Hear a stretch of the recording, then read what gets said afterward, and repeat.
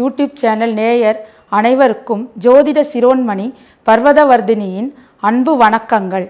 உங்கள் குலதெய்வத்தின் அருள் என்றும் உங்களுக்கு நிலைத்திருக்க என்னுடைய மனப்பூர்வமான நல்வாழ்த்துக்கள்.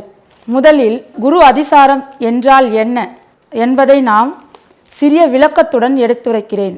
குரு தன்னுடைய பாதையில் வந்து கொண்டிருக்கும் பொழுது வேகமாக நட்சத்திரங்கள் நகர்ந்து கொண்டிருக்கிறது.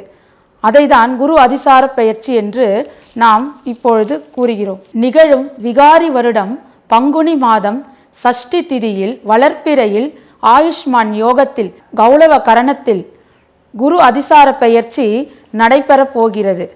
அன்று 30/3/2020 திங்கள் விடியற்காலை 3:54 மணிக்கு குரு அதிசாரத்தில் தன் சொந்த வீடான தனுசுவில் இருந்து மகரத்திற்கு பெயர்ச்சியாக போகிறார். மறுபடியும் தனது ஆட்சி வீடான தனுசுவிற்கு அவர் வருவதற்கு 1.5 மாதங்கள் ஆகின்றது. அது 30/6/2020 அன்று செவ்வாய்க்கிழமை விடியற்காலை 5:22 AM மணிக்கு அவர் பெயர்ச்சி அடைகிறார். குரு அதிசாரம் மொத்தம் 92 நாட்கள் நடைபெற போகிறது. அதில் முதல் 60 நாட்கள் குரு நீச்ச வக்ரத்திலும் மீதம் உள்ள 32 நாட்கள் சாதாரண நிலையிலும் குரு வக்ரமாகிறார். இதில் மிக முக்கியத்துவம் என்னவென்றால் எல்லா கிரகங்களும் ராகு மற்றும் கேது அவர்களின் அடக்கத்தில் உள்ளார்கள். மகர ராசி நேயர்களே, இந்த குரு அதிசார பெயர்ச்சி எப்படிப்பட்ட நற்பலனை உங்களுக்கு குரு பகவான் தரப்போகிறார்கள் என்பதை நாம் இங்கு விரிவாக இப்பொழுது பார்க்கலாம். குரு பகவான் உங்களுடைய ராசிக்கு 5ஆம் இடத்தையும் 7ஆம் இடத்தையும் 9ஆம் இடத்தையும் பார்வை செய்கிறார். சனி பகவான் உங்களுடைய 3ஆம் இடத்தையும் 7ஆம் இடத்தையும் 10ஆம் இடத்தையும் பார்வை செய்கிறார். சுக்கிர பகவான் உங்களுடைய 11ஆம் இடத்தை பார்வை செய்கிறார். ராகு இருக்கும் இடம் 6, கேது இருக்கும் இடம் 12. செவ்வாய் பகவான் உங்களுடைய 4ஆம் இடத்தையும் 7ஆம் இடத்தையும் 8ஆம் இடத்தையும் பார்வை செய்கிறார்கள். குரு, சனி, செவ்வாய் இந்த மூவரும் இணைந்து மகர ராசியில் குரு அதிசார பெயர்ச்சியில் எப்படிப்பட்ட நற்பலன்களை தரப்போகிறார்கள் என்பதை நாம் இப்பொழுது பார்க்கலாம். 12க்கும் 2க்கும் அதிபதியான சனி பகவான், 3க்கும் 12க்கும் அதிபதியான குரு பகவான், 4க்கும் 11க்கும் அதிபதியான செவ்வாய் பகவான் உங்களுக்கு குரு அதிசாரத்தில் மிகவும் நல்ல பலன்களை தரப்போகிறார்கள்.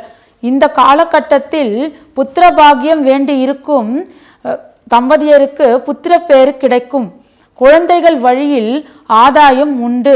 தாய் தந்தையர்களுக்கு புத்திரர்கள் மூலம் மிகவும் நல்ல பலன்களை தரப்போகிறார்கள். குழந்தைகள் தாய் தந்தையர்கள் பேச்சை கேட்டு சொல் கேட்டு நடப்பார்கள். குரு பகவான் உங்களுடைய 7ஆம் இடத்தை பார்வை செய்வதால் திருமணம் ஆகாதவர்களுக்கு நல்ல திருமண யோகம் கைகூடும். உடனே குழந்தை பாக்கியமும் கையோடு வந்து சேரும். மாணவர்கள் உயர்கல்வி கற்கும் வாய்ப்பு, அதுவும் இல்லாமல் படிப்பில் சிறந்து விளங்குவார்கள். பெண்களுக்கு ஆடை ஆபரண சேர்க்கை ஏற்படும். சொந்த தொழில் செய்ய விரும்புபவர்களுக்கு சரியான காலகட்டம் இது.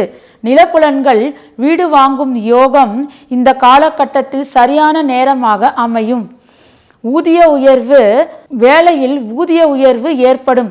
கூட்டு தொழில் செய்பவர்களுக்கு நல்ல ஆதாயம் மற்றும் நண்பர்கள் மூலமும் உறவினர்கள் மூலமும் இந்த மூவரும் நண்பர்கள் உறவினர்கள் எல்லாம் சேர்ந்து உங்களுக்கு நட்பு கரம் நீட்டி உதவி புரிவார்கள். மற்றவர்களுக்கு வாக்குறுதி, ஜாமீன் போன்ற ஒப்பந்தத்தில் கையெழுத்து இடாமல் இருப்பது நல்லது.